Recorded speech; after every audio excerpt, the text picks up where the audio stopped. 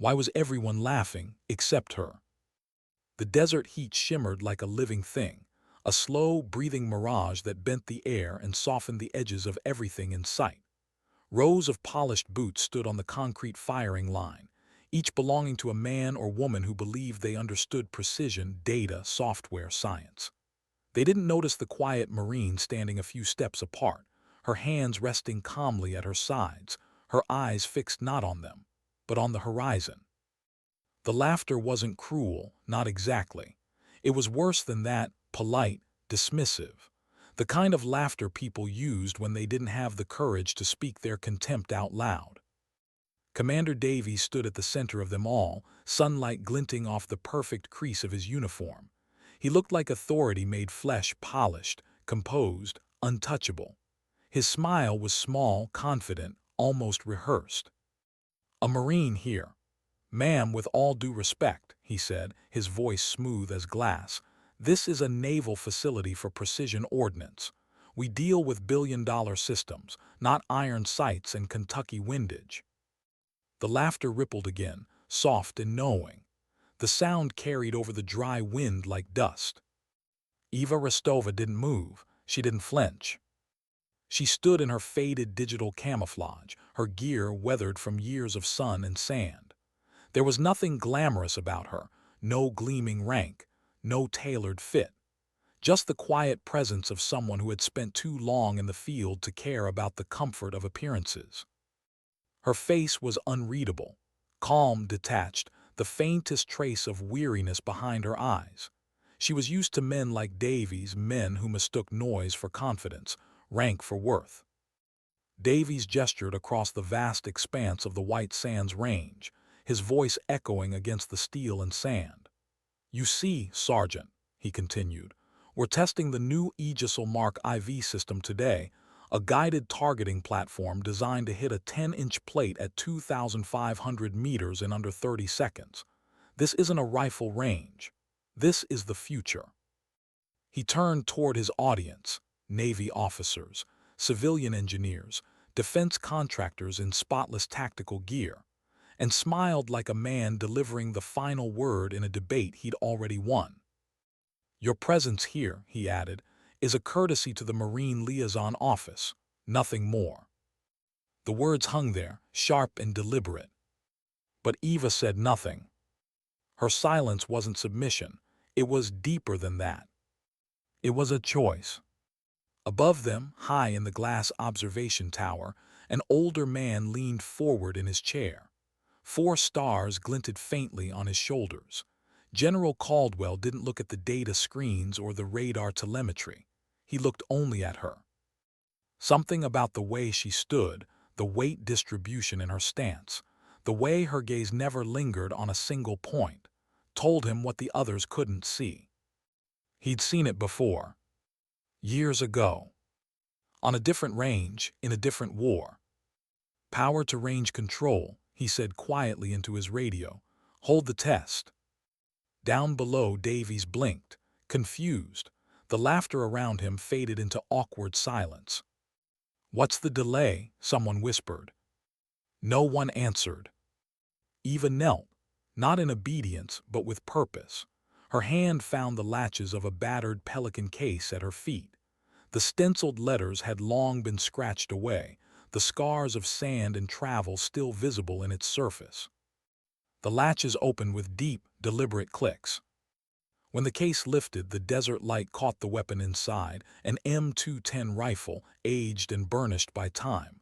Not standard issue, not sleek, not modern, but alive in a way the engineer's devices never were. Davies frowned, his authority momentarily uncertain. "Sergeant." Before he could finish, a voice boomed over the range speakers. It was the general. "Commander Davies," the old man said, his tone slow, deliberate. "The sergeant will take the first shot." The silence that followed was total. Even the wind seemed to stop. Davies' face flushed. He looked toward the tower's darkened glass, but all he saw was his own reflection staring back. "Tower, repeat that," he said, his voice rising. "We're validating a $90 million system here. This is." "Commander," Caldwell's voice cut through like a knife. "You will stand down. Give the sergeant whatever she requires." A pause, then static, then nothing. Davy's jaw clenched. Around him, the crowd shifted, the earlier laughter replaced by unease. Everyone could feel it, the shift in gravity, the change in air. The quiet Marine had just become the center of the universe. Eva spread a worn canvas mat across the ground. Her movements were deliberate, almost ceremonial, every motion precise, controlled. It wasn't confidence. It was habit, the rhythm of someone who had done this so many times she no longer thought about it. Davies watched, unsure whether to intervene or observe. His arrogance wrestled with uncertainty. He tried to speak again, to reclaim the stage. "Sergeant, I don't think you understand the complexity here. The crosswind alone is 12 knots. There's an updraft from the canyon, barometric pressure dropping. Our system." She wasn't listening. Her gaze was fixed on the horizon, the target invisible to everyone else but already alive in her mind. The desert spoke a language she understood, the subtle shift of heat mirage, the way the grass bent, the stillness before the wind changed. She opened a small leather-bound notebook, not a tablet, not a digital scope interface, just paper stained and worn. The engineers exchanged glances. This was absurd, primitive. Davies tried again. "Sergeant, this is a waste of—" Eva turned her head slightly, just enough for her gray eyes to meet his.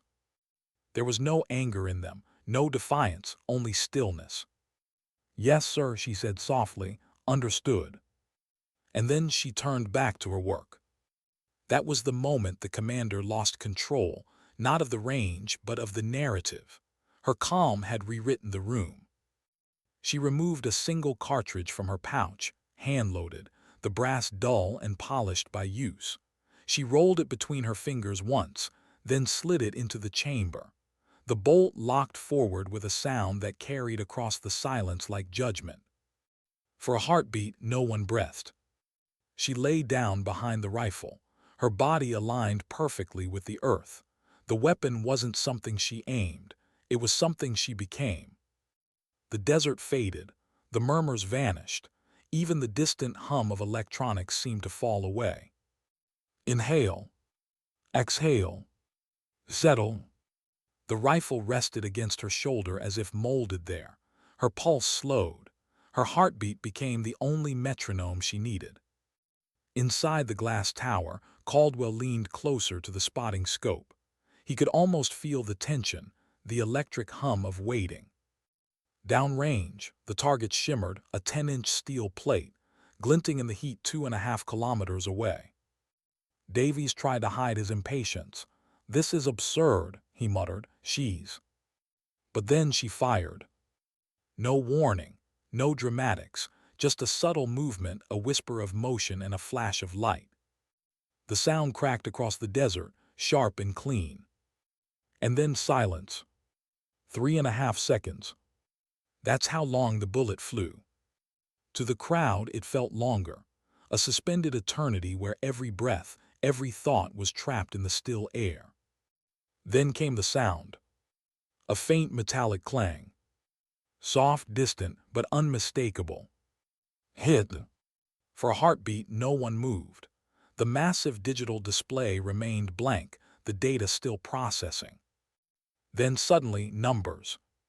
Hit target center. Deviation, 0.75 millimeters.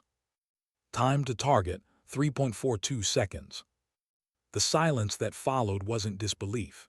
It was something deeper, reverence, awe, and the dawning recognition of truth. Davies' mouth opened, but no words came out. The engineers stared at the screen as though it had just betrayed them. A $90 million system couldn't have done it better. Eva Rostova simply worked the bolt, letting the empty casing arc through the sunlight before it landed softly in the dust.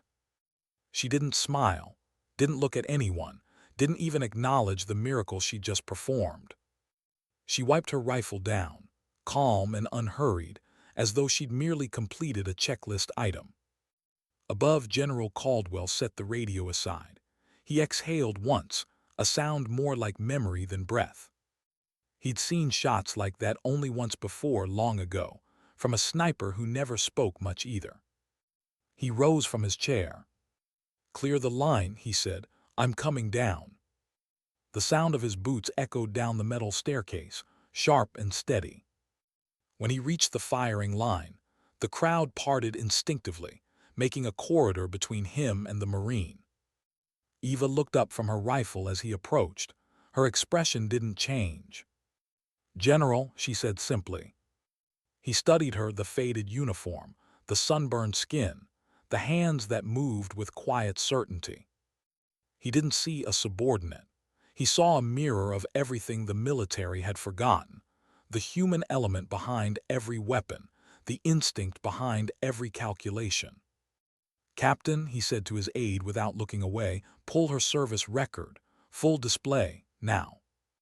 Moments later, the massive screen flickered, and Eva's life began to scroll in cold white text. The crowd leaned closer. "Scout Sniper, Honor Graduate, Carlos Hathcock Award, 7 combat deployments, 2 Silver Stars, Purple Hearts, Marsoc." Line after line, the myth took shape. By the time the screen stopped, the silence had grown thick again. General Caldwell turned toward Davies. "Commander," he said quietly, "assumptions are the mother of all failures. You assumed rank was competence. You assumed technology was mastery. You assumed you knew what a warrior looked like." He paused. "You were wrong." Then he turned back to Eva and saluted. Not casually, not symbolically, but with the formal, deliberate precision of a man honoring an equal. For a long second she didn't move. Then she returned the salute, equally sharp, equally calm. No words were exchanged, none were needed. The point had been made, not through defiance, not through anger, but through mastery. Through silence. Through the kind of competence that didn't need to announce itself. And somewhere, beneath the heat haze and the static of $1 million range, a legend began to take root. It would grow quietly, whispered, not shouted. And before long, everyone would know her name. But she would never say it herself. Because some truths don't need to be told. They just need to be proven. What happens when silence speaks louder than rank? The desert had fallen still again.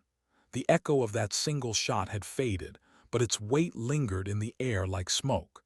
Every soul on that range knew they'd witnessed something that shouldn't have been possible, and yet it had happened right before their eyes. The general's salute had ended the debate. The Marine's calm had ended the noise. But for Commander Davies, it had begun a war not on a battlefield, but inside himself. He stood frozen, his mind struggling to reconcile two realities, the one he'd built his career upon, and the one Sergeant Eva Rostova had just shattered in less than 4 seconds. His fingers twitched at his sides, searching for authority that wasn't there anymore. Around him, officers who once echoed his arrogance now avoided his gaze. The laughter that had filled the range an hour earlier felt obscene in retrospect. He wanted to say something, anything, a technical excuse, a data error, a malfunction, but deep down he knew. Luck didn't exist at 2,500 meters, not with that kind of precision. He had been outclassed, utterly silently, without cruelty or gloating, and that somehow hurt most of all. Across the line, Eva Rostova closed her rifle case with the same composure she'd shown all morning. No glance toward the crowd, no satisfaction, no victory grin. Just calm completion, the kind that came from years of treating excellence as routine. She lifted the case by its handle, dust clinging to her gloves, and started walking toward the shade of the hangar. The heat shimmered around her, bending her silhouette into something almost ghost-like. The quiet outline of a woman already half gone from the scene she just redefined. Inside the observation tower, General Caldwell remained at the window, his jaw tight with memory. He'd seen a shot like that once before, decades earlier, in a valley that no longer existed on any map. Back then, the shooter had been a man, just as calm, just as silent. Caldwell had been a lieutenant then, barely old enough to understand what discipline really meant. He remembered the stillness before the trigger, the absolute absence of ego. Now, watching Rostova, he felt the same stillness radiate outward, a reminder of what the uniform was supposed to represent before ambition and bureaucracy got in the way. "Sir," his aide whispered, eyes still fixed on the display. Should I log this as part of the test record?" Caldwell looked at him, then back at the range. "No," he said softly, "let the data speak for itself." Below, the crowd was beginning to disperse, some in stunned silence, others whispering like schoolchildren after a forbidden revelation. The range's digital board still glowed with the impossible numbers, a quiet testament that refused to fade. Davies turned to one of the engineers, his voice low, defensive. "Run it again." There must have been an echo, maybe the plate vibrated before the impact. The engineer didn't look at him. "Sir," he said quietly, "the sensors are clear. It was a direct hit." Davies opened his mouth, closed it, then looked toward the hangar where Rostova had disappeared. He wanted to be angry, to reclaim the arrogance that once made him feel safe, but something in him had cracked. That night, when the facility lights went dim and the desert cooled into silence, Davies sat alone in his office replaying the footage. Again and again. Frame by frame. He watched her movements, the careful placement of the mat, the measured breathing, the stillness before the shot. There was no magic, no mystery, just mastery. And it unsettled him, because somewhere under the armor of his pride, a single thought kept echoing: how many times have I mistaken noise for skill? In the darkness, he leaned back in his chair, the flickering monitor light carving tired lines across his face. The arrogance had burned out of him, leaving only the raw ache of realization. Out on the far edge of the range, Eva Rostova sat beneath the open sky. She'd found a stretch of sand untouched by tire marks, a quiet spot away from the noise of men trying to make sense of her. The horizon was still faintly glowing with the last light of day. She set her rifle beside her and removed her gloves. The desert wind was cooling now, brushing against the scars on her knuckles, small reminders of a life lived far from comfort. She wasn't thinking about the shot. She never did. It wasn't pride that drove her or the need to prove anything. It was something simpler, the discipline of doing it right, the same way every time. No shortcuts, no noise. She closed her eyes and let the silence settle around her. In that stillness, she could almost hear echoes from years past, the crack of gunfire in distant valleys, the voices of people she'd never see again. She carried them all quietly, like ghosts living between her breaths. In the barracks later that evening, a group of young sailors talked in hushed excitement. "Did you see it? She didn't even flinch. I heard she used a rifle older than my dad." "Man," the general saluted her, "you ever seen that before?" The story was already changing, taking on a life of its own. By morning, it would be myth. In the cafeteria, a technician printed the shot data and pinned it to a corkboard. Beneath the sterile lines of numbers, someone scribbled a note in pen. "This is what right looks like." By noon, everyone on base had seen it. Eva Rostova didn't. She was gone before sunrise, reassigned, reabsorbed into the quiet machinery of special operations. No ceremony, no farewell, just orders, a packed duffel, and a silent departure. But for those she left behind, silence was no longer just background noise. It was a language they now understood. 2 days later, General Caldwell summoned Commander Davies to his office. The older man stood by the window, his cap on the desk beside a single brass shell casing. He didn't turn when Davies entered. "Sir, I—" "Sit," Caldwell said. His voice was calm, almost gentle, which somehow made it worse. Davies sat. The silence that followed was heavy enough to crush excuses before they formed. "Do you know what your problem is, Commander?" Caldwell asked finally. Davies swallowed. "Arrogance, sir." The general nodded slowly. "That's part of it, but arrogance has a root. It grows from fear of being ordinary." Davies said nothing. Caldwell turned then, his gaze hard but not cruel. "You mistook confidence for competence. You mistook noise for leadership. And in doing so, you forgot the first rule of this profession. Respect is earned, not ranked." He picked up the shell casing and rolled it between his fingers. "Do you know what this is?" "The casing from her shot," Davies said quietly. "No," the general replied. "It's a reminder that perfection isn't born from technology. It's born from humility, from repetition, from failure the kind you just experienced." Davies looked down. His reflection trembled in the polished desk surface. "Sir," he said softly, "what should I do?" Caldwell set the casing back on the table. "Learn," he said simply, "and remember what she showed you. Silence doesn't mean weakness. It means certainty." The word stayed with Davies long after he left the room. Weeks passed. The shot became a legend within the facility, retold in briefings, whispered in bars, analyzed in classrooms. Some called it the ghost round. Others simply called it the standard. But for those who had stood on the range that day, it was more than a story.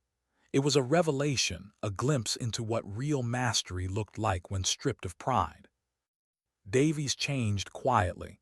He began listening more, asking questions instead of issuing commands. The transformation was slow but genuine. The technicians noticed. So did his officers. He no longer needed to prove he was the smartest person in the room. He just needed to be the one who heard everyone else. Sometimes, late at night, he would walk to the display case where that same brass casing now stood under glass, lit softly by the lobby lights. The plaque beneath it was simple. 2,500 meters, one round, the standard. No names, no ranks, just truth. He'd stand there for minutes, sometimes hours, staring at it, replaying the moment that had stripped him down and rebuilt him from the inside out. He never saw Sergeant Rostova again, but he didn't need to. She'd already left her mark, not just on steel, but on the people who'd witnessed her silence. Far away, under a different sky, Eva Rostova walked through another patch of sand, different terrain, different mission, same quiet purpose. She carried no medals on her chest, only the weight of expectation that followed legends. But to her it was simple.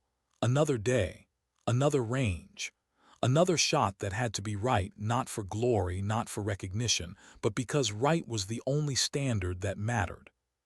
She paused on a ridge, wind tugging at her uniform, and adjusted the strap on her rifle case. The horizon stretched endless before her. Somewhere behind her, in a place filled with data screens and polished brass, a commander was learning humility, and an entire facility was learning respect. She never knew that, and she didn't need to. Because the truth she lived by was small, simple, unbreakable. Perfection isn't loud. It doesn't demand to be seen. It waits, it breathes. And when the time comes, it acts. Why did the quiet ones always carry the loudest ghosts? The desert had forgotten the sound of her rifle, but the people hadn't. Weeks had passed, yet the story of that single shot still hung over white sands like a haunting melody that refused to fade.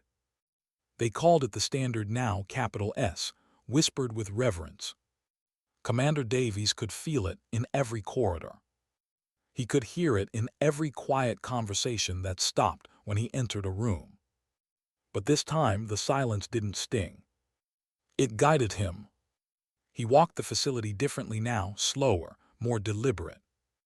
Gone was the brisk march of authority. In its place was the steady stride of someone learning to listen. He paused in workshops, spoke with junior techs, leaned over data screens with enlisted men who had never dared speak their minds before. For the first time, They saw him not as a commander giving orders, but as a man seeking understanding.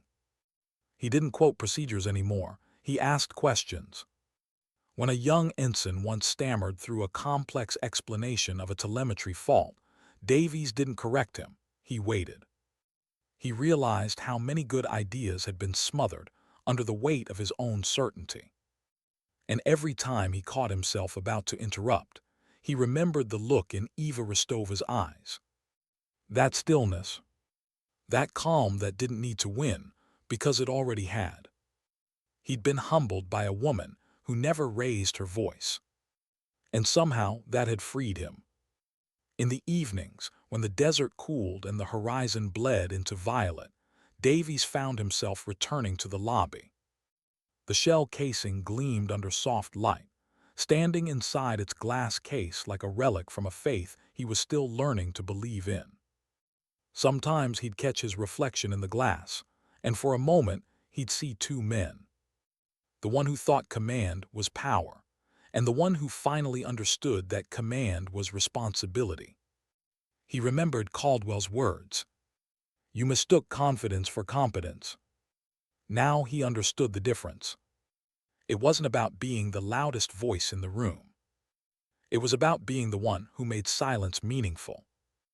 One night after everyone had gone, he found General Caldwell sitting in the lobby, cap on his knee, eyes fixed on the same brass casing. Davies hesitated. Sir, you ever wonder why she did it? Caldwell looked up. Did what? That shot, the way she handled it, she didn't seem proud, didn't even look at the result. The old general smiled faintly, the kind of smile that came from years of seeing the same lesson learned the hard way. She didn't need the result, he said. People like her, they already know when it's right. Davies frowned, so it wasn't about proving herself. Caldwell shook his head. No, it was about reminding the rest of us that proof isn't the same as truth. He stood, adjusting his uniform with slow precision. Son, you've spent your career building systems that tell you when something's correct. Rostova built herself into a system that never doubts. That's rarer than any machine will ever make. The general walked away, his footsteps fading down the hall, leaving Davies alone with the soft hum of the lights and the faint reflection of his own humbled face. Far from that base, under a different sun, Eva Rostova lay prone on a ridge of cracked stone, her rifle cradled in her arms. Different mission. Different country. Same silence. The wind howled through the narrow canyon below, carrying dust and the distant echo of voices. She was watching patient, motionless, invisible. Hours had passed. Her muscles ached, her lips dry, but her focus never drifted. The target wasn't a man, not yet, just a movement pattern she was mapping in her mind. She didn't think of him as an enemy. She never did. In her scope, she saw details most people never noticed, the rhythm of someone's breath, the tremor in their fingers, the way their shoulders carried the weight of exhaustion. People called snipers detached, cold. But she knew better. You couldn't be good at this job if you didn't feel something. You just couldn't let that something control you. Her spotter's voice whispered through the comms, low and steady. Winds picking up, to left quarter value. Eva adjusted, barely a motion. Just enough. Copy. The world narrowed again, to the sound of her own heartbeat. And then a single thought surfaced. White sands. For a moment her breath caught. That sterile desert, that polished commander, that single perfect shot, it all felt like another life. She hadn't stayed to hear what happened after. She didn't need to. She never looked back on her own ripples. But sometimes, when the wind paused just long enough for the silence to return, she could almost feel the weight of all the places she'd been, the names she'd forgotten, the faces she never allowed herself to remember. War had taught her that sound was temporary. But silence was eternal. She took the shot. Clean, efficient. another echo fading into dust. Her spotter muttered, "Beautiful Morgan." The name, her old call sign, barely registered. She just nodded, began breaking down her rifle. To her, beauty was a dangerous word. Nothing about what she did was beautiful. It was precise, necessary, quiet.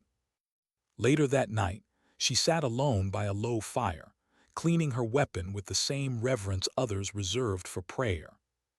Her hands moved without thought, muscle memory guiding each motion. She didn't need comfort, but sometimes she needed to remember why. A picture sat folded in the inner pocket of her pack. She never looked at it for long. Just a few seconds, enough to see a little girl smiling beside a rusted playground, wind in her hair, sun too bright for her pale eyes. Her niece, the only family she still had. That picture was older now, edges worn, colors faded. The girl was probably a teenager by now. Eva didn't know. She wasn't there to see it. She wondered sometimes if that was the cost of her calm, the distance she'd built between herself and everything human. To others, it looked like strength.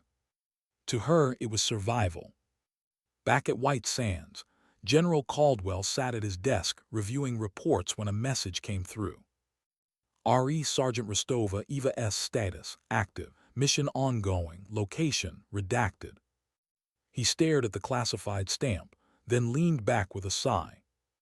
He had seen too many warriors like her vanish into the folds of secrecy, their stories erased by silence and time.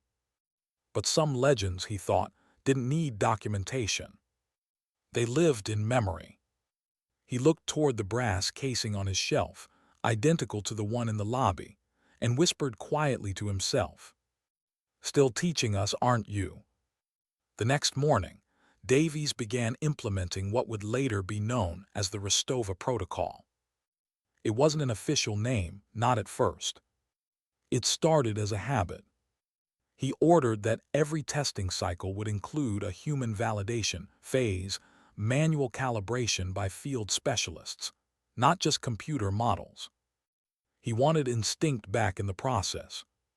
He wanted humility built into the code. The engineers grumbled at first, but the results spoke for themselves. Error rates dropped. Hit probabilities climbed. And morale, that intangible, unmeasurable thing, rose higher than it had in years. People cared again. Because now they believed again. The standard wasn't just about a shot anymore. It was a philosophy. One night, a junior officer stopped Davies in the corridor. "Sir," he said, hesitant, "why do we call it the Rostova standard?" Davies smiled faintly. "Because perfection has a name," he said, "and it doesn't talk much." Far away, Eva Rostova lay awake under a sky filled with indifferent stars. Her radio crackled softly beside her, the distant chatter of operations pulsing in and out of static. She wasn't listening to the mission feed. She was listening to the wind. Somewhere in that endless whisper, she thought she heard the faint clang of steel on desert air, a sound that only existed in memory now. She smiled just barely. Some acts didn't need applause. They didn't even need witnesses. They only needed to be done right. And maybe that was the closest thing to peace she would ever allow herself. The voice of the narrator would fade here, soft, almost reverent. She never chased recognition. She never needed her name carved in stone. She only needed the silence to know she'd done her part. And for those she left behind, that was enough. Because sometimes the loudest echoes come from the quietest souls. Why do some memories refuse to fade, even when you try to bury them under silence? The desert was quiet again, but Eva couldn't sleep. It was one of those nights that belonged to ghosts, the kind where the wind whispered too much, and the stars looked like watchful eyes. Her campfire had died down to embers, soft and pulsing. The rifle rested across her knees, disassembled, each piece laid out like fragments of a confession. Her fingers traced the worn metal of the bolt assembly, feeling the small scratches that no amount of oil could erase. Each one was a story. Each one had a name. And tonight those names came back. Not all at once, just flashes. A sandstorm in Helmand, the choking grit between her teeth.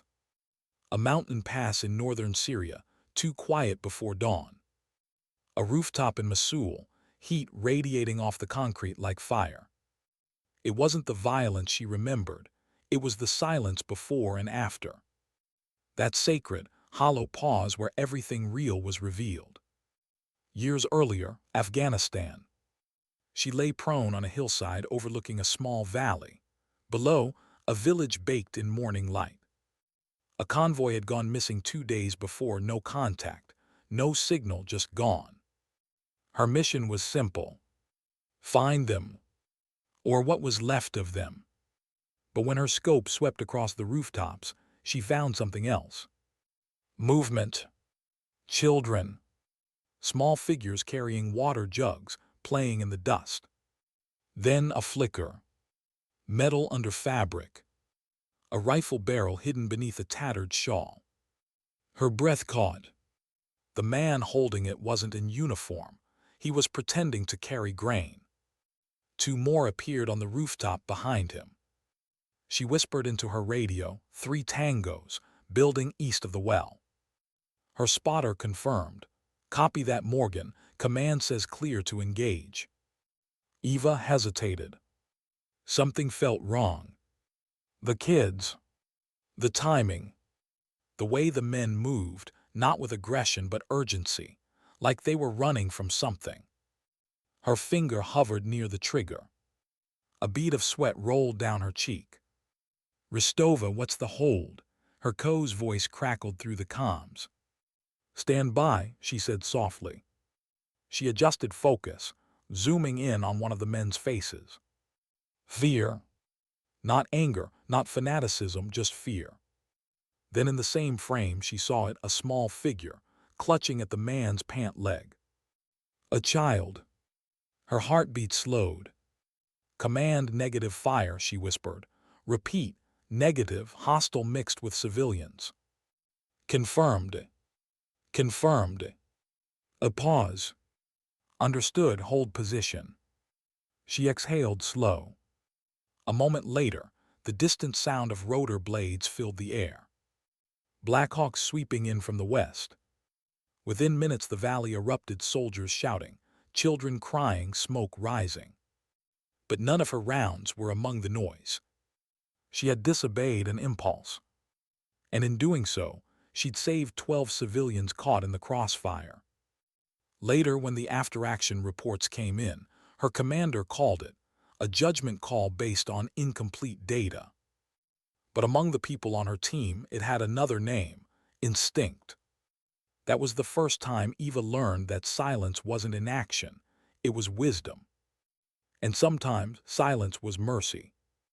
Back in the present, she stared into the fatting coals, the memory flickering across her eyes like light through broken glass. People like to think strength came from doing hard things. But for her, it came from not doing them, when every fiber of her body demanded she should. The hardest part wasn't pulling the trigger. It was holding your breath and deciding not to. She looked up at the stars, her jaw tightening. That day in Afghanistan had followed her ever since. Another memory, Iraq. A half-collapsed house, moonlight filtering through cracks in the walls. Her team had gone in to extract a wounded soldier. They'd found him pinned under debris, still alive, whispering her name. She remembered the dust, the smell of burnt insulation, the faint beeping of his broken radio. Stay with me, Paul, she whispered, her voice steady but her hands trembling. He smiled faintly. You're always steady, Eva. She didn't answer. The medevac bird was 10 minutes out. Too long. The structure creaked above them, threatening to collapse again. Go, he said, barely audible. You know I can't. He looked at her then, really looked and smiled, tired but certain. You will. The roof gave way. She dove backward, the world collapsing in a roar of dust and shrapnel. When the sound stopped, there was nothing but silence. And in that silence, something in her broke quietly, permanently. She carried that moment like a scar under her skin. Not visible, not healed, just there. It was the reason she stopped talking much afterward. Words couldn't fix what sound had destroyed. From then on, she believed in stillness, because stillness never lied. She'd watched men crumble under pressure, lose control, panic when plans failed. But she'd learned that calm was a weapon. And silence was armor. Back at White Sands, months after the shot, Commander Davies stood in a conference room addressing a new batch of recruits. Behind him, projected on the screen, was the image of a brass casing. "This," he said, "isn't a trophy, it's a reminder." He paused, looking around the room. "You'll hear the story of that day 100 times while you're here, but I'll tell you something most don't understand. It wasn't about the shot. It was about control, discipline, the ability to know when not to prove yourself." The recruits listened in silence. He nodded toward the display. "She changed this place, and she didn't do it with speeches or medals. She did it by being right quietly." After the briefing, one of the recruits approached him. "Sir, what happened to her?" Davies hesitated, then smiled faintly. "She's still out there," he said, "wherever precision is needed most." Far away, under the cover of night, Eva's new team moved through a ruined compound. It was silent, except for the crunch of gravel beneath their boots. She led from the front, no rank, no orders, just motion and confidence that drew people in like gravity. The mission was surgical. A hostage extraction. One wrong move, and everything would collapse. They reached the courtyard when the first shot cracked the air, not hers, but someone else. The echo split the night like lightning. Her instincts fired faster than thought. She dropped to one knee, eyes scanning the rooftop. There a muzzle flash, faint and fleeting. "Roof east side," she whispered. Her voice carried command without authority, calm, certain, unarguable. Within seconds, her team reacted, fanning out with coordinated precision. It wasn't luck. It was trust. When the firefight ended and the hostages were safe, her team's leader turned to her, panting. "How did you?" She just shrugged. Same pattern every time. Noise always gives itself away. Later, on the extraction chopper, she stared out the open door as the landscape fell away below. Cities, roads, shadows of lives she'd never touch. Her hands rested on her knees, fingers still trembling faintly from the adrenaline. She didn't feel victorious. She just felt steady. The others cheered, clapped shoulders, laughed. She smiled at them faintly, but said nothing. Because in her world, even celebration was noise. Back in the United States, the legend of the Standard continued to evolve. A simple line was added beneath the brass casing display. "Respect the process, the rest is noise." No one knew who had ordered it engraved. But everyone understood why. It wasn't about a Marine anymore. It was about a way of thinking, a standard that transcended technology, ego, and noise. And somewhere in another hemisphere, as dawn broke over an unfamiliar desert, Eva Rostova cleaned her rifle one more time, her movements slow, deliberate, quiet. The world still expected warriors to be loud. But she knew better. War didn't reward the loud. It rewarded the precise. And precision began long before the trigger. It began in silence. She looked toward the rising sun, her reflection faint in the scope's glass. No rank. No ceremony. Just purpose. And as the wind rose again, brushing through the sand like the breath of memory, she closed her eyes, hearing her old commander's voice from long ago, fading like an echo. Sometimes dignity doesn't speak, it simply acts. Why does doing the right thing always come at the highest cost? The desert was not the same one she'd left behind in white sands. This one was darker, not in color but in spirit. The air carried a different kind of silence. Not peace, not calm, but the kind that came just before a storm. They called the mission Operation Lattice. Officially, it didn't exist. A joint task force had assembled quietly under the pretense of asset retrieval. In reality, it was a recovery of a missing operative, a man who had crossed too many lines, carrying information no one was supposed to know. Eva Rostova didn't ask for details. She never did. But as the chopper blades sliced through the midnight air, she couldn't shake the sense that this one was different. The briefing had been brief, too brief. No maps, no photographs, just coordinates and silence. That was usually a warning. She sat across from her new team, 4 operators in black gear, all younger, all restless. Their movements were quick, sharp, but ungrounded. They spoke in code words and confidence. She said little. The team lead, a man named Barrett, glanced at her between checks of his rifle. "You really don't talk much, do you, Marine?" She met his gaze, calm and steady. "When I have something worth saying," she replied. He smirked, not unkindly. Fair enough. But the way he said it, half joking, half testing, told her what she already knew. He didn't trust her silence. They rarely did. Hours later, the chopper dropped them into the ruins of an abandoned village tucked between jagged hills. The moonlight spilled across broken rooftops and skeletal walls. It was too quiet. Eva crouched low, her rifle sweeping the horizon. The place smelled of burnt oil and dust. No movement, no sound, no sign of life. Barrett gave the signal to fan out. They moved like shadows, efficient, silent, professional. But Eva's gut twisted. Something was off. She couldn't explain it. It wasn't intel.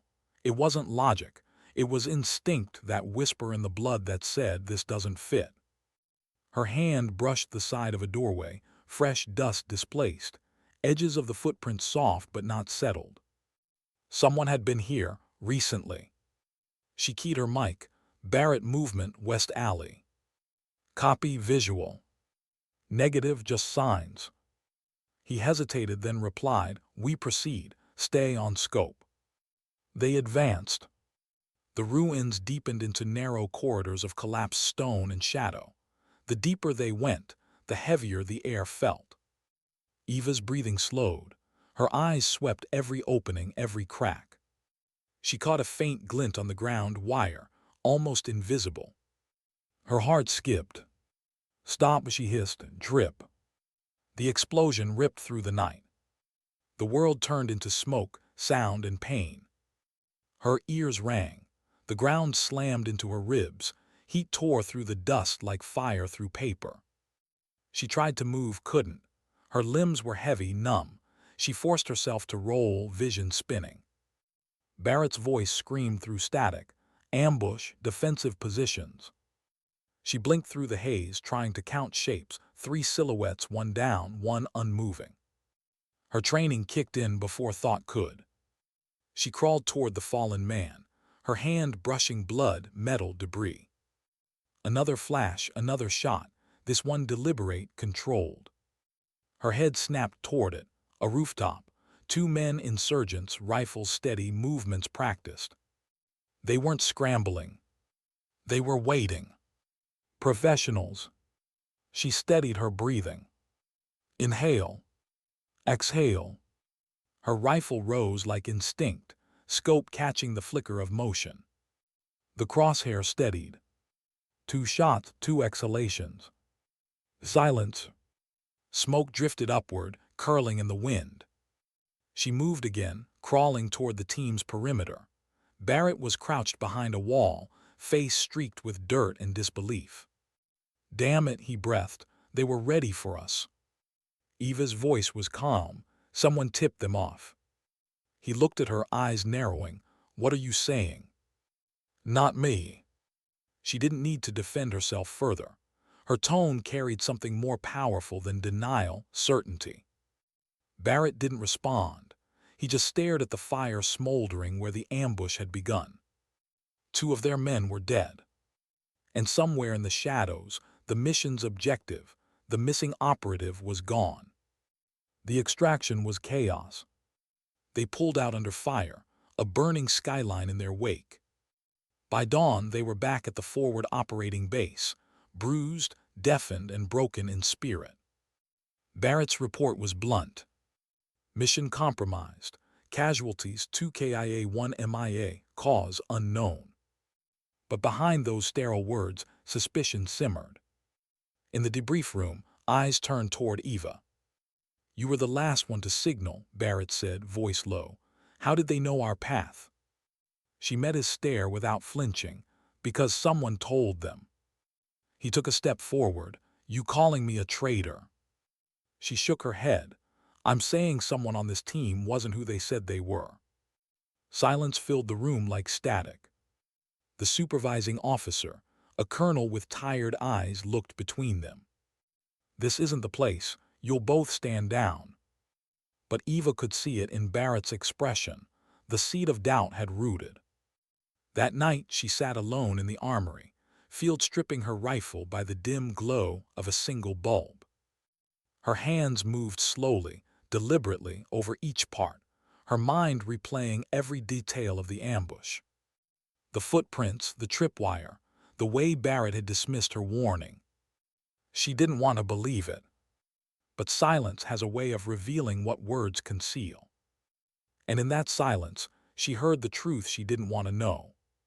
He hadn't been surprised. He'd been prepared. By morning, she'd made her decision. She walked into the colonel's office with her gear bag slung over her shoulder. He looked up from his paperwork. "Sergeant Ristova." "I want reassignment," she said simply. He frowned. "You just came off mission." "Yes, sir." "You think walking away fixes this?" "No," she said, "but staying here would make it worse." He studied her for a long moment. "You think Barrett compromised the op?" She hesitated, just long enough to remind herself of what silence costs. "I think the truth doesn't need my belief, sir. It just needs time." The colonel nodded slowly, not arguing. "You'll get your transfer." As she turned to leave, he added softly, "They're still telling your story at White Sands." She paused, her hand on the door. "That wasn't a story, sir. It was a lesson." Weeks later, she found herself stationed in another desert, nameless, endless, indifferent. She moved through missions like clockwork, each one clean, precise, emotionless. Her team rotated, her call sign changed. But inside, she carried the same question. How do you stay pure in a world built on deception? She had lived her whole life by a simple creed: do it right, do it quietly. But now she wondered if quiet was enough. Maybe silence wasn't strength. Maybe it was isolation. And for the first time in years, that thought frightened her. Meanwhile, back at White Sands, the legend of her shot continued to evolve. It was no longer just told as a tale of skill. It had become a parable of humility. New recruits were required to study it. Commanders cited it in leadership briefings. It became doctrine, the Ristova standard. But what none of them knew was that the woman behind the myth was out there, questioning the very silence that had made her who she was. One night during a routine Overwatch mission, she received a coded message. Unknown sender, encryption Marine HQ, message body 1 line. She opened it. "The one who stood against you has fallen." Her breath caught. "Barrett." She didn't know the details, didn't ask. She didn't need to. Somewhere the cycle had completed itself. Noise had devoured noise. She closed the message and set her radio down. For a long time she just sat there, the wind brushing over her face, whispering across the stones. Maybe this was what silence really meant. Not peace, not the absence of conflict, but the quiet acceptance that justice doesn't always ask your permission. Back in White Sands, Commander Davies, older now, a little grayer, stood before a class of officers. He ended his lecture the same way every time. You'll command people, some louder than others, some brilliant, some broken, but remember this: the quiet ones aren't empty. They're full of everything you can't see yet. Respect them. He gestured toward the display case, now a permanent fixture behind him. Because somewhere out there, he said, a Marine named Rostova still holds the line for all of us. Far away, under the slow rise of dawn, Eva Rostova lifted her rifle and looked through her scope. A new horizon. A new mission. But inside, the same truth echoed, the same lesson that had outlived rank, pride, and betrayal. Perfection isn't about control. It's about understanding when to let go. And in letting go, finding peace. She breathed in, breathed out. The world was silent again. And this time, she wasn't afraid of what that silence held. How do you pass on what can't be taught, only lived? The desert at dawn was pale and endless. The wind moved softly over the ridges, stirring the sand into tiny spirals that rose and vanished before they reached the sky. Eva Rostova sat on the tailgate of a battered truck, boots planted in dust, the morning light turning her rifle's steel to bronze. Around her, the forward base hummed with low, mechanical life. Engines warming, radios crackling, men shouting orders that didn't yet carry urgency. She sipped from a tin mug of coffee that tasted of rust and smoke. The warmth didn't reach her bones. She wasn't cold, not really, just tired in the quiet way people get after years of staying ready for something that never truly ends. A figure approached from the tents, young, straight-backed, still learning how to carry both weight and pride. Sergeant Rostova. The voice was careful, respectful. Eva looked up. The young soldier saluted, awkward but sincere, his name patched red coal. At ease, she said softly. He lowered his hand, shifting nervously. Ma'am, Sergeant. They told me to report to you for overwatch instruction. She nodded once, set her mug aside, and patted the tailgate. Sit. He did, stiff and uncertain. For a moment they just watched the horizon. The light grew stronger, spilling gold across the dunes. Where are you from, Cole? She asked finally. Indiana, ma'am. Good place for wind. He smiled faintly, surprised she knew. Yeah, used to shoot cans with my dad's .22 out by the cornfields. Guess that's where I learned. Eva nodded. Everyone starts somewhere. He hesitated. Did you always know you wanted to do this? She looked down at her hands, at the fine lines of oil and dust that never fully left her skin. No, I just never learned how to stop. The words hung there, soft and heavy. Cole waited, unsure if he was supposed to answer. She saved him from the silence. Show me your rifle. He handed it over carefully. She inspected it, clean, well-maintained, but too perfect. Factory smooth. No story yet. You clean it yourself? Yes, ma'am, every night. She nodded, still studying it. Good, but don't just clean it. Know it. Every sound, every scrape. A rifle's like a person, you only trust it when you know how it breathes. He nodded quickly. Yes, ma'am. She handed it back. Don't call me ma'am, it's Sergeant. Right, sorry. She almost smiled. Don't be. That day they worked together on the range. Long shots across wind-scarred earth, paper targets fluttering in the heat haze. Cole's first few rounds were clean but mechanical, too tight, too careful. Eva watched quietly. You're thinking too much, she said. I'm trying to remember the adjustments. Stop trying, start reading. He frowned. Reading what? She pointed toward the mirage dancing above the ground. That, the wind, the shimmer, the way the heat bends the horizon. He squinted. Looks like nothing. Then you're not looking long enough. They spent an hour in silence, just breathing, watching, adjusting. She never raised her voice, never corrected him mid-shot. She let him find the rhythm himself. When he finally hit center, she didn't praise him. She simply said, "Again."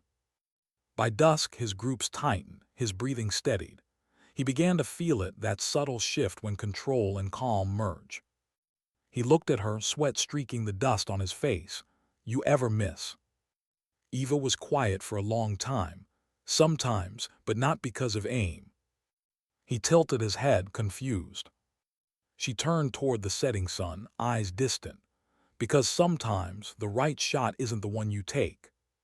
He didn't understand, not yet, but the words settled somewhere in him, waiting.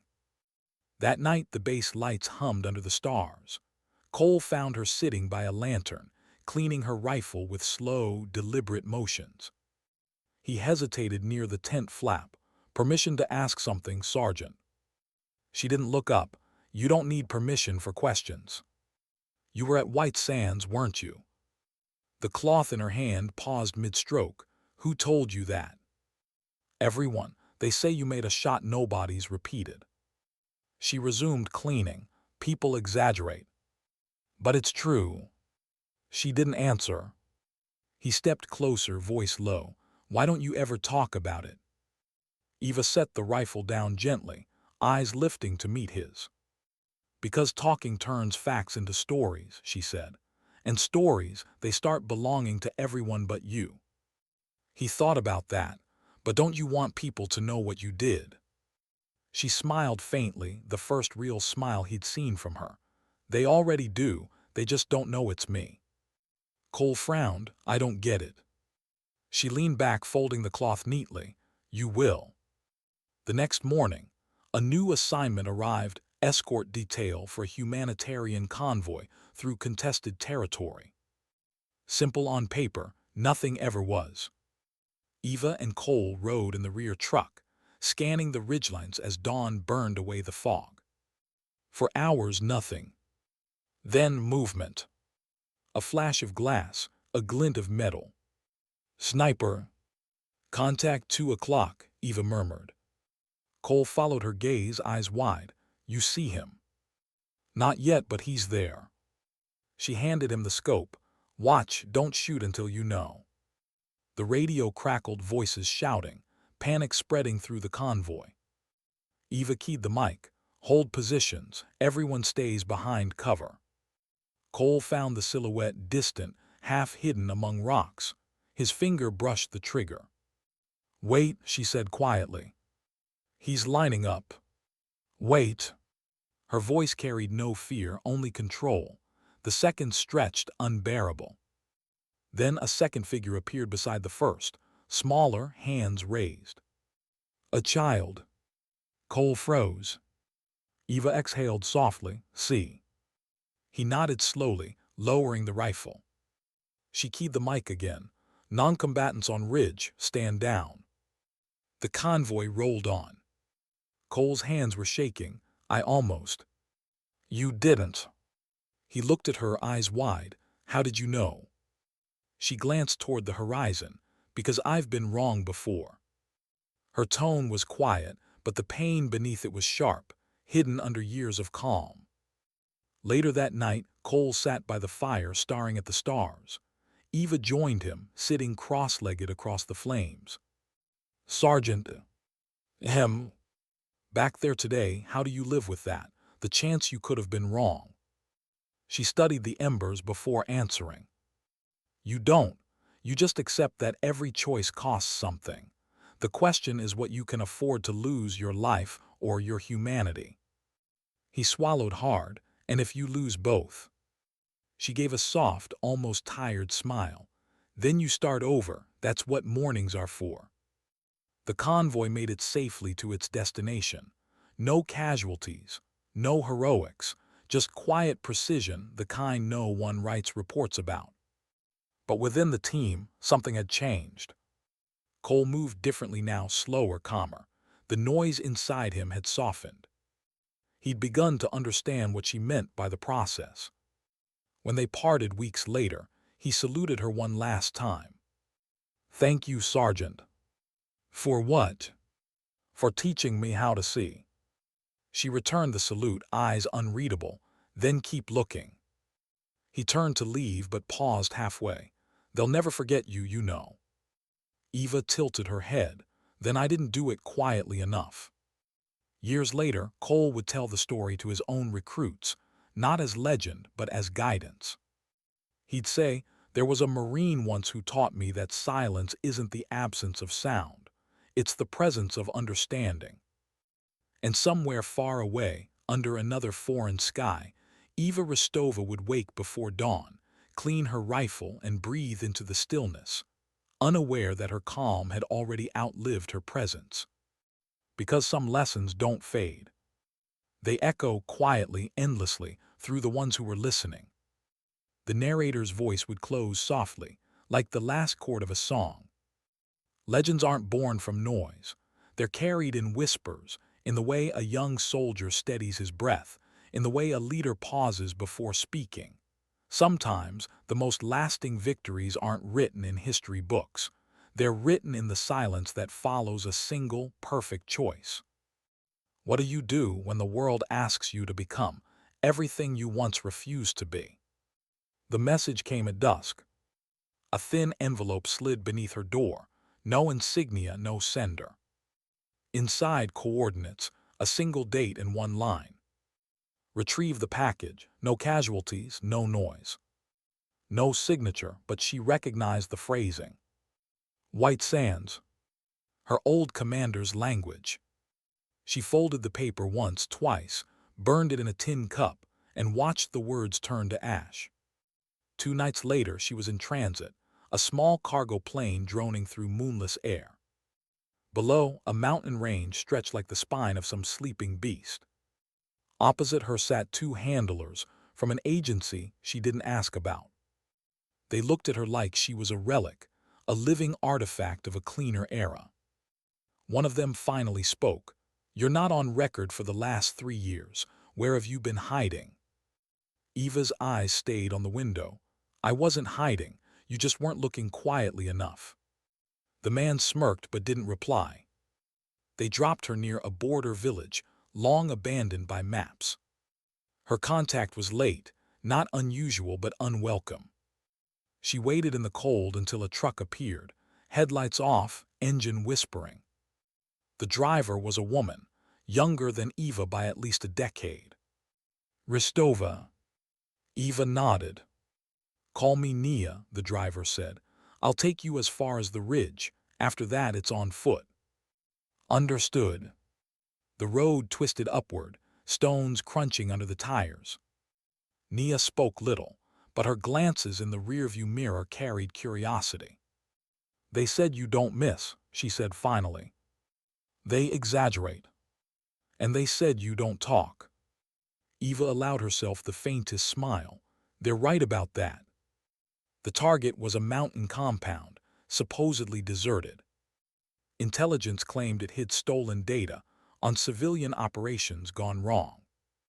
If released, the files would bury more than one command chain. Officially, Eva's mission was recovery. Unofficially, it was containment. She knew the difference. At 200, she moved alone through a dry ravine, wind hissing over stone. Her movements were slow, economical, each step rehearsed by years of muscle memory. When she reached the ridge, she paused, crouched, and scanned the compound below. Light faint, flickering from a single window. Movement inside. She adjusted her scope. One figure. Unarmed. Female. Her finger hovered above the trigger guard. The brief had said no witnesses. But her gut said something's wrong. She descended the ridge, every sense sharpened. The building was small, 2 rooms, cracked plaster, the smell of cold metal and oil. Inside, a woman sat at a desk surrounded by open files. When she looked up, Eva froze. Not at the face, but at the insignia on the woman's jacket. Marine intelligence. The stranger raised her hand slowly. You're late. Eva's grip tightened. You were expecting me. Of course, they always send their ghosts. Who are you? My name's irrelevant. What matters is what they didn't tell you." She slid a folder across the table. Inside, photographs. Hospitals, children, drone strike coordinates. Eva's eyes hardened. Classified. "Wrong word," the woman said softly. "You can classify shame, but you can't erase it." Eva closed the folder. "This isn't my concern." "Isn't it?" The woman leaned forward. "You built the standard, Rostova. You taught them restraint, and now they're using your silence to bury the truth." For the first time in years, Eva's heartbeat felt uneven. "You want me to betray command. I want you to remember why you stopped pulling the trigger." Outside, the wind screamed against the tin roof. Inside, silence settled like dust. Eva's hands trembled not from fear, but from the weight of decision. The mission was simple: recover or destroy. But missions were written by people who never had to live with what they ordered. She picked up the hard drive from the table, felt its cold weight in her palm. So small. So dangerous. "Why me?" she asked quietly. "Because they think you won't question them," the woman said. "And maybe they're right." Eva looked up. "Maybe they used to be." She left before dawn, climbing back toward the ridge as snow began to fall. Behind her, the compound burned, not from rage but mercy. The woman was gone, vanished into the dark. In her pack, the drive remained intact. She hadn't destroyed it, not yet. At the ridge, she called for extraction. Static, no response. Then a voice, familiar. "Commander Davies." "Ristova." She froze. "Sir." "I need confirmation. Is the package secured?" "Yes." "Good. Deliver it to base Echo by 600. No deviations." She hesitated. "What's on it?" "That's above your pay grade." "Understood." But as the channel went dead, she realized something. Davies' voice had sounded wrong, strained, mechanical, like a man reading someone else's orders. By sunrise, she reached the drop site, a canyon overlook washed in pale gold. The helicopter waited below, rotors idle. 2 men stepped out, black uniforms unmarked. "Sergeant Ristova." "Where, Commander Davies?"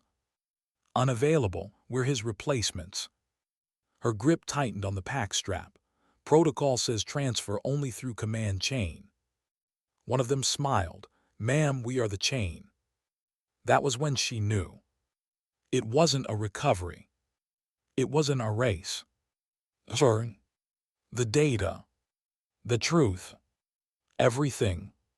The first shot came fast, a flash from the man's hip. Eva dropped, rolled, returned fire. 2 clean bursts. Silence. Smoke drifted through the morning air. Her pack lay open beside her. The drive half buried in sand. For a long time she just stared at it. All the years of control, all the rules of silence, they had led her here. To a moment where silence itself was complicity. She picked up the drive, turned it over once in her palm. Then she looked toward the rising sun and spoke, maybe to herself, maybe to whoever was listening. "I was wrong." She knelt, pulled the radio close. "Base Echo, this is Ristova. Transmission priority, truth." And she began to read the coordinates, one by one, every file, every line of data, every secret that wasn't supposed to see light. Her voice didn't shake. It didn't rise. It just carried low, clear, unstoppable. By the time the response came, a rush of overlapping commands, warnings, threats, it was too late. The truth was already airborne. Hours later, a reconnaissance team found the site empty. No body. No weapon. Just a rifle laid neatly on a stone and a single brass casing beside it. Inscribed into the metal with the tip of a blade were 3 words. "Silence is choice." At White Sands, the briefing room was quiet. Commander Davies, older, thinner, sat alone beneath the hum of fluorescent light. A young officer entered, nervous. "Sir, we received a transmission from the field last week. Unverified source, but—" Davies raised a hand. "I know who it was." The officer hesitated. "What do we do with it?" He looked at the casing on his desk, the same one from years ago. Then he whispered almost to himself, "We listen." Far away, in some quiet corner of the world, a woman walked along a shoreline at dawn. Her hair was shorter now, her uniform long gone, but her eyes were the same, steady, searching. She stopped, watching the horizon blur gold and blue. Somewhere behind her, the wind carried the faint echo of a rotor blade, or maybe memory. She smiled, almost imperceptibly. For the first time in years, the silence around her didn't feel like armor. It felt like peace. In the end, the narrator would say softly, "She learned that silence isn't the absence of truth. It's the space where courage decides to speak. And sometimes, when the world grows too loud, the only way to be heard is to whisper."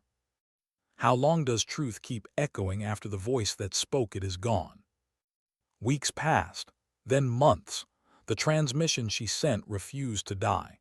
Pieces of it leaked into briefings, into press feeds, into whispered corridors of command.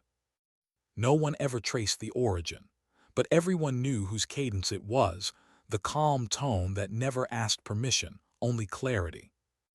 At first they tried to bury it. Then they quoted it. And finally, they began to understand it.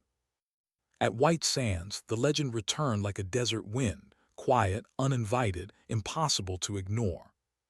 The classroom screens no longer showed footage of a bullet striking a target. Instead, they played a single audio clip, filtered, anonymous, almost musical in its rhythm.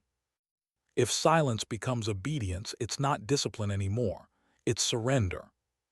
The recruits listened in absolute stillness. They didn't know her name, they didn't need to. The lesson had outlived the storyteller. Commander Davies retired that winter.